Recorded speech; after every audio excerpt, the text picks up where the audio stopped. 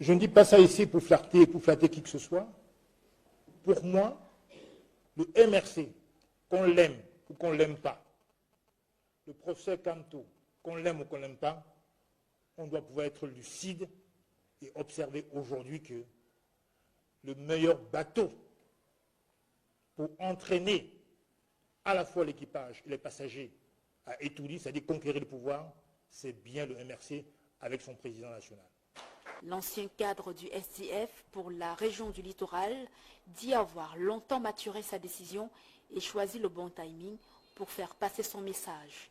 Vous savez, quand un bateau est ivre et qu'il coule, il faut, pour l'intérêt supérieur des passagers et même de l'équipage, changer de bateau. C'est très important.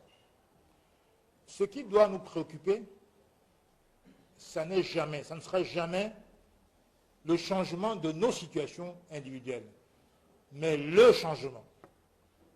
Il y en a qui le prônent, on va changer. Mais une fois que le peuple vous fait confiance, on se préoccupe davantage du changement de sa situation. Je ne veux plus revivre ça. Disons que, comme Célestin Djamène, Wougli Massaga, de l'Union des populations du Cameroun, avait également quitté son parti politique pour intégrer le MRC de Maurice Kamto. Seulement quelques semaines plus tard, le vétéran de l'UPC avait vite fait de claquer la porte pour des raisons financières. L'enseignement, il est d'abord humain. Je crois que ce qui m'a frappé le plus, c'est d'abord les conditions carcérales dans les prisons camerounaises et en particulier celle de Nkondengui. J'ai été frappé de voir beaucoup de mes compatriotes, parfois mineurs, incarcérés dans des conditions à la fois humaines et juridiques inacceptables. J'ai vu des gens détenus depuis 5 ans au minimum, sans jugement. J'ai vu des personnes, notamment des jeunes gens, qui n'avaient pas d'avocat et qui pour certains étaient condamnés, qui avaient été condamnés à 25 ans de prison sans avocat. Notamment nos jeunes frères accusés de terrorisme dans les conflits à l'extrême nord, notamment sur la question de Boko Haram. Et donc, je considère qu'il y a une urgence, non seulement en matière de respect des droits de l'homme, notamment en matière de procédure, mais également, surtout, en matière de conditions de vie des prisonniers dans les prisons. Je voudrais préciser à ce sujet qu'il est totalement inacceptable que des prisonniers au Cameroun,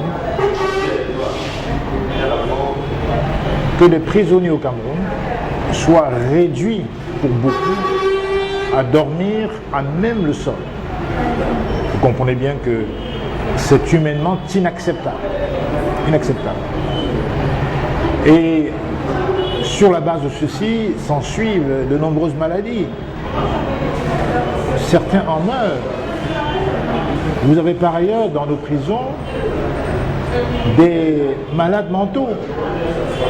Des malades mentaux qui sont maintenus dans nos prisons. Or, que dit la loi en matière de détention de malades mentaux? Ils doivent être retenus ou détenus dans des centres spécialisés pour malades mentaux. Il se trouve donc que, malheureusement, dans la prison où j'étais, il y avait des jeunes gens, malades mentaux, qui étaient quand même détenus en prison, dans un centre pénitentiaire. Et ce n'est pas acceptable. Et pire encore pour certains, ils avaient obtenu d'ailleurs la libération, mais pour des raisons de frais de sortie, de levée d'écrou, ils n'ont pas pu se libérer de ces frais et amendes qu'on leur demandait. Et donc ils sont, j'allais dire, séquestrés, malgré la libération ordonnée par le juge. Vous voyez donc bien que sur le plan juridique, c'est intenable. Le code de procédure pénale n'est pas du tout respecté. Et bien entendu, sur le plan humain, c'est quelque chose qui est exécrable et absolument inacceptable. Voilà. Maintenant, le reste, pour ce qui nous concerne, vous savez très bien que nous avons été mis en prison sans motif, pour des raisons notamment politiques, et on nous a sortis sans motif. On nous a sortis sans motif. Voilà.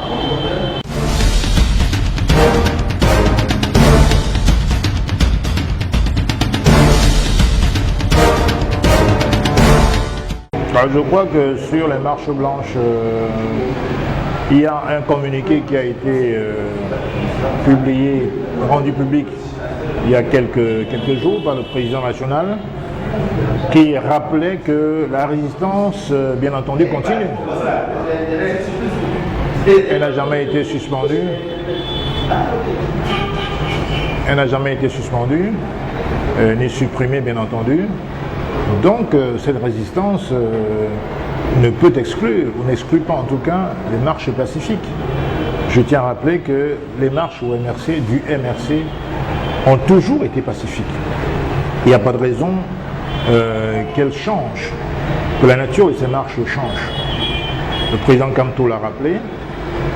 Nous pensons que les revendications qui étaient les nôtres sont les revendications d'actualité. La question de la réforme du code électoral est d'actualité. Elle est même centrale pour les futures échéances auxquelles vous faisiez allusion tout à l'heure. Et il faut donc que les Camerounais le sachent. Nous avons un devoir de rappeler que nous ne pouvons pas prétendre aux élections transparentes et saines sans qu'il y ait cette réforme indispensable du code électoral. Ça, on doit se le mettre en tête. Donc il est tout à fait normal que le président national de son Excellence Maurice Kamto puisse le rappeler au peuple camerounais. Quant à la programmation des marches auxquelles vous faisiez allusion, je ne peux rien vous dire, n'est-ce pas, de particulier. Cette décision est prise par le directoire du MRC. Pour l'instant, il n'y a pas de communiqué ou de réunion allusive à ces éventuelles marches, mais sachez une chose, nous n'avons jamais, comment dirais-je, exclu les marches de nos mécanismes ou de nos modalités de protestation ou de contestation.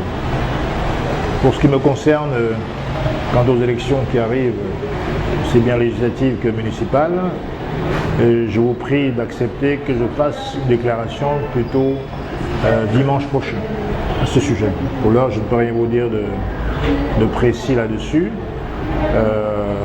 Souffrez un peu encore quelques jours, 48 heures, et ensuite je ferai une déclaration publique et solennelle sur mon éventuelle participation à ces élections futures, municipales et législatives.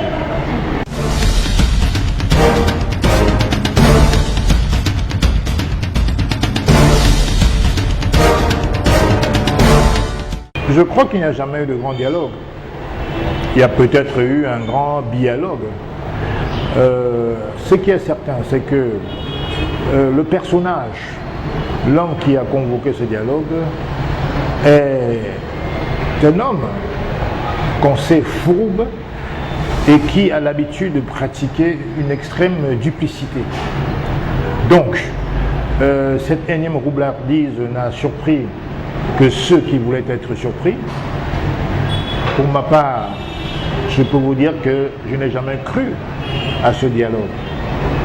La preuve, c'est que quand vous regardez bien dans les détails, essentiellement ont été convoqués les amis de M. Paul-Biya, notamment ceux de son parti. Les ministres ont été convoqués.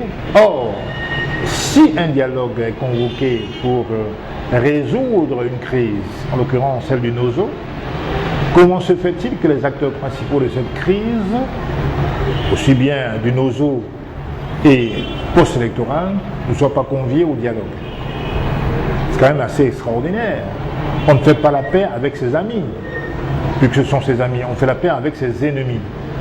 Dans le bon sens, minimum voudrait que on puisse convoquer les protagonistes de cette crise de nos eaux. Et par ailleurs, puisqu'il faut résoudre globalement les conflits dans un pays, il fallait organiser un dialogue, notamment en invitant aussi le vrai vainqueur des élections de 2018 à ce dialogue. Ça n'a pas été le cas, j'en suis navré, donc il ne pouvait s'agir d'un dialogue. C'est la raison pour laquelle je parle de dialogue. Il faudra bien un jour qu'il y ait dans ce pays un grand débat national, inclusif cette fois-là, parce que là il était exclusif à ses amis, notamment au RDPC. Il faudra un jour donc mettre en place, convoquer un grand dialogue national, un véritable dialogue national, qu'on pourrait qualifier peut-être d'états généraux de la gouvernance, et qui mettrait à plat tous les problèmes, n'est-ce pas, que traverse le Cameroun depuis environ 3 décennies, et presque 4 décennies. C'est important et c'est urgent. Notre pays, notre cher pays, a régressé d'au moins 40 ans. Vous imaginez dans l'état dans lequel se trouve le Cameroun depuis 82. C'est absolument incroyable. Nous n'avons même pas le niveau de vie aujourd'hui de 1977. Et ça, la cause profonde, c'est la gouvernance, ou plutôt la malgouvernance. Il y a donc un problème de fond. La crise du Nozo n'est que, on va dire, l'excroissance n'est qu'une manifestation parmi tant d'autres de cette mauvaise gouvernance. Aujourd'hui, sur le terrain, dans les faits, nous constatons que le Cameroun a 8 régions. Les Amazoniens font la loi dans les 2 régions du Cameroun aujourd'hui. Les impôts ne sont plus payés, les ghost towns sont récurrents, sont permanentes, et l'État est absent dans le Nozo. Aujourd'hui, alors je vous parle. Voilà, et en prime de cela, les meurtres sont discontinus. Et c'est des désolations, des humiliations, des assassinats de tous les côtés chaque jour. 3000 morts. Fallait-il attendre 3000 morts pour convoquer un dialogue? Non, disons la vérité. Ce faux dialogue, ce dialogue, était une commande de M. Guterres, le secrétaire général de l'ONU, que M. Biya leur a livré pour répondre à une certaine exigence apparente, parce qu'en vérité, dans cette convocation au dialogue, n'a figuré à aucun moment la volonté de résoudre les problèmes du Nozo, ou pire encore, les problèmes du Cameroun. Donc voilà l'état actuel de la situation. Il ne faut pas que les Camerounais se laissent abuser, se laissent fourvoyer. Notre combat, c'est un combat d'avant-garde. Ce n'est pas un combat pour des personnes ou pour des individus. Les Camerounais doivent comprendre que nous sommes dans la continuité de la lutte de ceux des patriotes et des nationalistes qui nous ont précédés. Le Cameroun va se relever. Le Cameroun doit se relever.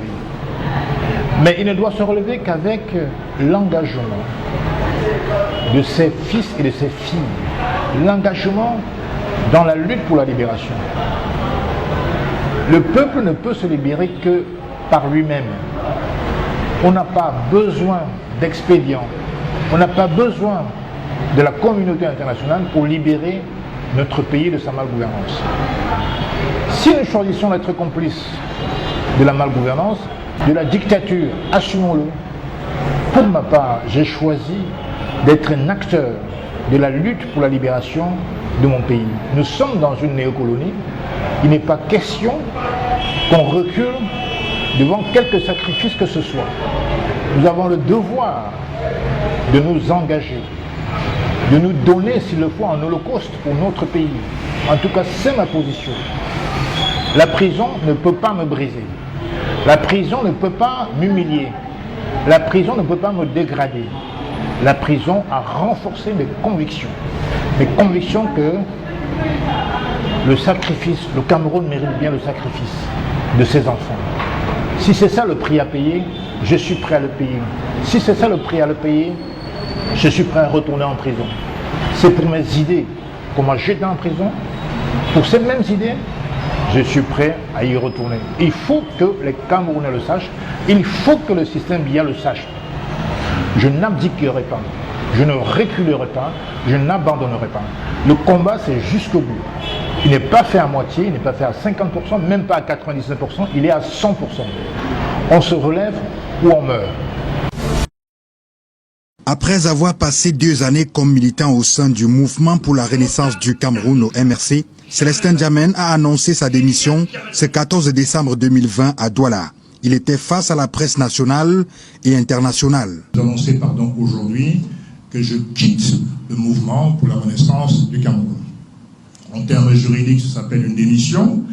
Vous savez que jusqu'à présent, j'étais secrétaire national aux droits de l'homme et à la gouvernance du MRC. Pour Célestin Djamène, cette rupture avec le MRC intervient aujourd'hui après près d'une année de dénonciation des mauvaises pratiques imposées par Maurice Kamto au sein de cette formation politique.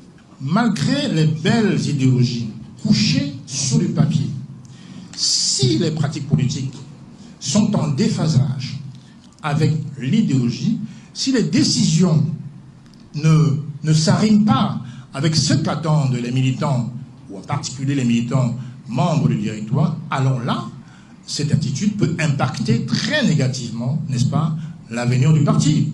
Il reste constant dans ses prises de position. Il est furieux contre ceux qui ternissent l'image du Cameroun.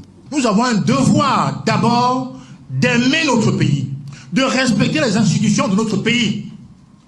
On a un devoir de ne pas ternir l'image de notre pays. Critiquer un gouvernement, oui, mais ça ne peut se confondre avec la détestation de son pays. Célestin Djamène a été clair.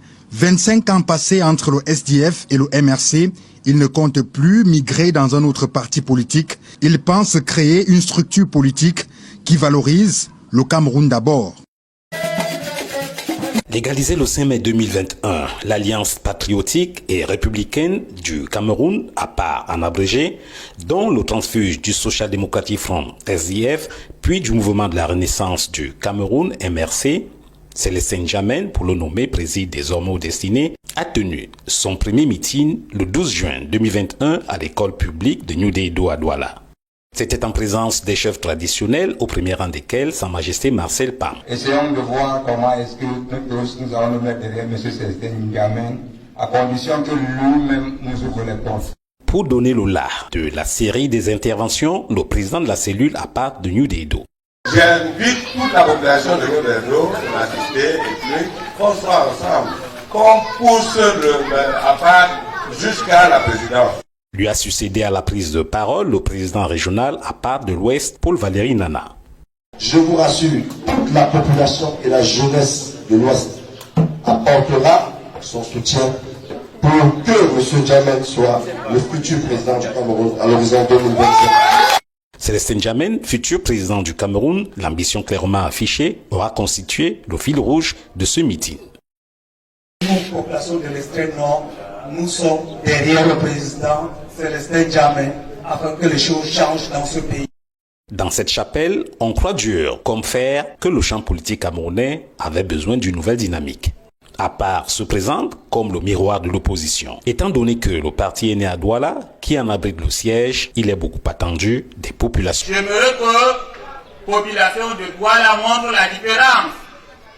S'il était encore besoin de leur dire pourquoi la création de notre parti politique après avoir milité dans d'autres, la réponse. On a constaté que depuis 40 ans aujourd'hui, l'opposition ou bien notre parti tourne en rond et ceux qui sont là continuent à être là. Et on pense qu'avec vous, ensemble, et dans le patriotisme, dans le respect des institutions, on va faire un nouveau parti et on ira ensemble, comme quelqu'un l'a bien dit, en 2025, plus loin possible, pour voir à la présidence de la République. Très attendu a été le discours du président Célestin Djamène, lançant ici son cri de ralliement. New Deido! New Deido! New Dans la verve qu'on lui reconnaît, Célestin Djamène a déroulé. Je suis convaincu qu'aujourd'hui, les gens, les Camerounais savent faire la différence entre l'ancienne opposition et la nouvelle opposition incarnée par APAR. L'avenir du parti, qui a à peine un mois et demi, serait tout tracé. APAR des laurets 2025 sera évidemment au minimum le deuxième parti ici au Cameroun. Son chantier décliné sur 21 piliers a comme priorité l'unité nationale. Le programme politique entrevoit une véritable révolution. Il est temps donc aujourd'hui qu'on cesse de parler français, qu'on cesse de parler anglais, qu'on revienne à une langue camerounaise ou à une langue africaine. Sur le choix de Newbel comme lieu de lancement de son premier meeting, la justification du président de APAR. Je suis un natif de Noudaïdou. Mon cordon ombilical est enterré ici. Et donc, en tant que Bantou et Africain fier de cette tradition, j'ai tenu à respecter la mémoire de mes ancêtres. C'est conséquemment que les chefs du quartier ont procédé à ces rituels de bénédiction. La présidentielle 2025, si lointaine, si proche, attendons de voir si les prédictions, à savoir occuper le fauteuil présidentiel ou à défaut devenir le deuxième plus grand parti du Cameroun, vont s'accomplir.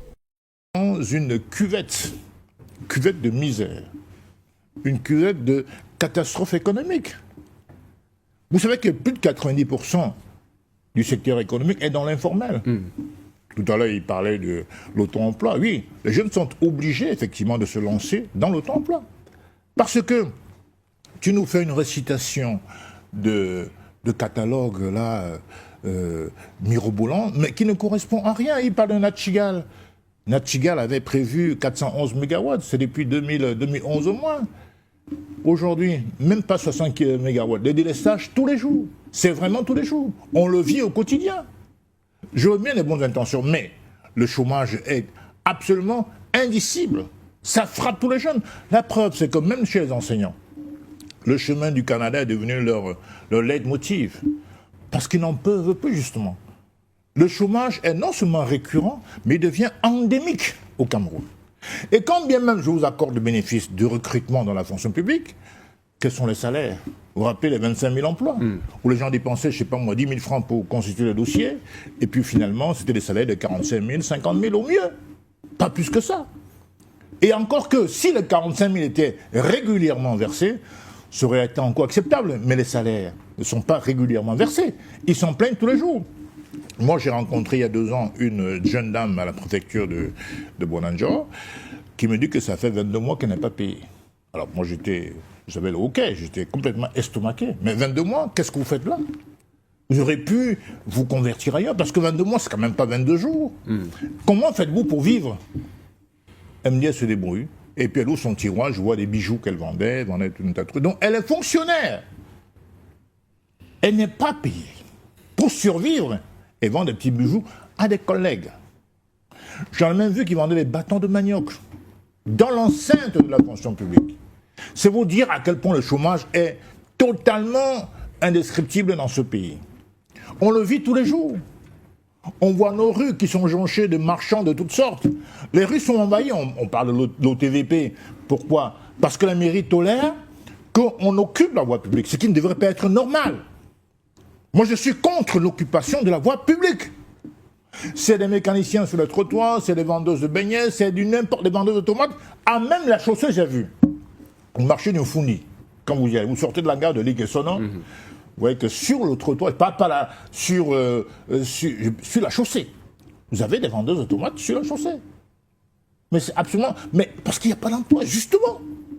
Parce qu'il n'y a rien, M. Pellet. Il n'y a rien. Donc, le RDPC se gagnerait quand même.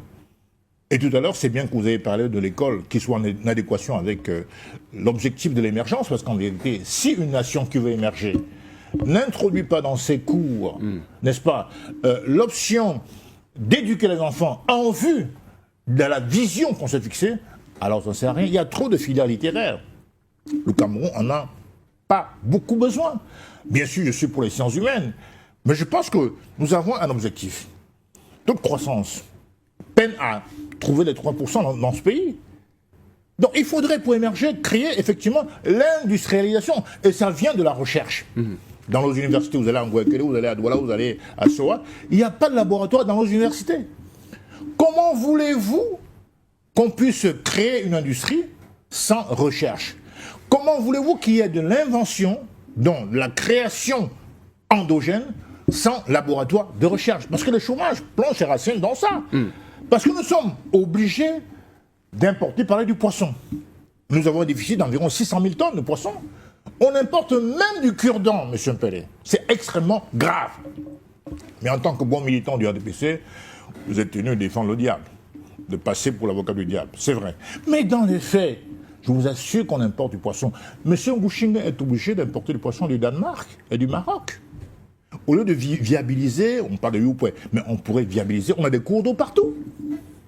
On pourrait viabiliser des cours d'eau et en faire des eaux poissonneuses. On peut le faire. Si le Maroc l'a fait, si la Côte d'Ivoire l'a fait, si le Sénégal l'a fait, est-ce que nous sommes plus bêtes que les Ivoiriens ou que les Sénégalais ou que les Marocains? Non.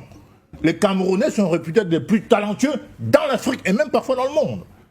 Donc il y a des politiques, il y a des programmes de l'opposition qui sont proposés. Il y a des solutions pour sortir du chômage. D'abord par l'école. Instaurer des programmes scientifiques forts, avec des coefficients forts, avec un système de mi-temps. C'est-à-dire que mi-temps en entreprise, mi-temps à l'école. Les cours magistraux, c'est exténuant, c'est ridicule. Un enfant qui va entrer avec son bac à Ngouekele va passer 3, 4, 5 ans sans jamais avoir vu une entreprise de ses yeux. Mais qu'est-ce qu'il fout là-bas? De quoi a besoin le pays? Donc je crois que ce gouvernement n'a pas besoin de combattre le chômage. Parce qu'il y a des moyens de combattre le chômage. C'est très simple. Il faut susciter, par exemple, chez les entrepreneurs, une espèce de défiscalisation continue. Il n'est pas normal qu'un jeune crée une entreprise. Aussitôt après qu'il est créé, on le frappe d'impôts, de taxes de toutes sortes. Pourquoi on ne pratique pas, par exemple, l'exemption fiscale sur 3-4 ans? Le temps que le jeune puisse effectivement avoir un matelas financier et lui permettre de pouvoir ensuite payer ses impôts correctement. Les zones franches, ouais, la zone Bassa, la zone Cité-Sig, la zone Boulabéré, que Aïdjo avait créées, sont quasiment à plat. Or, les zones franches sont importantes pour créer de l'industrie dans un pays. Douala, c'est quand même la capitale économique. Première ville du Cameroun. C'était la porte d'entrée. Bon, il y a encore le port, c'est vrai. Mais ce n'est plus en Afrique centrale un pays qui s'impose. Même les Équato-Guinéens nous insultent. Les Tchadiens sont en train de monter en croissance. Mais que faisons-nous? Alors qu'on a la jeunesse la plus dynamique d'Afrique, en tout cas centrale. Donc il y a un problème. Il y a un problème de politique gouvernementale. C'est un échec patent qui s'exprime d'ailleurs par le fait qu'il y a une fuite de cerveau continue. Même chez les plus jeunes, les 21 ans, qui veulent simplement un visa pour le Canada pour sortir. Donc il y a un problème de fond. Est-ce qu'on va simplement sortir chaque fois sur les plateaux de télévision des mesurettes ou des mesures cosmétiques, fantaisistes, qui ne débouchent finalement sur rien? Donc, il y a une vraie interrogation. C'est pour ça qu'on a inventé la compétition électorale, qui passe malheureusement, dans le cas du Cameroun, par des fraudes massives, ce qui fait qu'il n'y a pas d'alternance. C'est le même système qui se perpétue. Comment voulez-vous qu'on s'en sorte? Il faut tester d'autres systèmes, d'autres partis politiques qui aspirent à gouverner. Ou à défaut, peut-être, dans le pire des cas, un gouvernement d'union nationale. Mais on ne peut pas perpétuellement, n'est-ce pas, depuis plus de 40 ans, avoir comme soupe à boire le RDPC avec le même programme. On parle de Nachiga, c'est le cas aussi pour Memvele. Memvele, c'était prévu 204 mégawatts, même pas 30. Conséquence, dans les grandes villes du pays, délestage, pas même pas les zones rurales, où, regardez, j'ai appris à Macac, ou je ne sais pas dans quelle ville du Nyonwekele, plus de 4 mois sans lumière. C'est énorme, 4 mois sans courant. Alors comment voulez-vous qu'on ait de l'industrialisation sans énergie? C'est totalement impossible à comprendre ça. Est-ce que le gouvernement le sait? Il devrait le savoir. C'est son rôle. Donc moi je dis quand même qu'au lieu de raconter des histoires sur un plateau de télévision, de sortir l'évangile, un catalogue de bonnes idées ou des faits qui existent plus ou moins, il faut plutôt, à mon sens, mettre en place des politiques dont les impacts se ressentent sur le terrain, ce qui n'est pas le cas aujourd'hui. Donc je déplore, à part, pour l'instant on n'est pas dans la course présidentielle, mais on n'a pas dit notre dernier mot, mais l'occasion des présidentielles, c'est justement la transformer en tribune pour présenter aux Camerounais le programme que nous pensons meilleur pour le pays. Aujourd'hui, il se trouve que déjà, on parle de la caution à 30 millions, mais on l'envisage même pour la session de juin à 50 millions. Alors, c'est la démocratie pour les riches ou pour les... je ne sais pas. La démocratie, c'est pour ceux qui sont adoubés dans leur programme par le peuple. Ce n'est pas la démocratie censitaire. C'est-à-dire que vous êtes milliardaire, vous avez droit à être un acteur politique. Non, ce n'est pas comme ça. Le Cameroun a besoin de ses enfants, de tous ses enfants, les plus passionnés, les plus patriotes, qui ont envie de faire des vraies propositions à leurs concitoyens. Maintenant, si on commence à faire comme au SDF, à mettre la caution pour candidater à 50 millions, 100 millions, évidemment, Biya sera, ou alors les gens du RDPC qui ont les moyens que vous savez, seront toujours seuls à candidater. Et donc, ce n'est pas normal.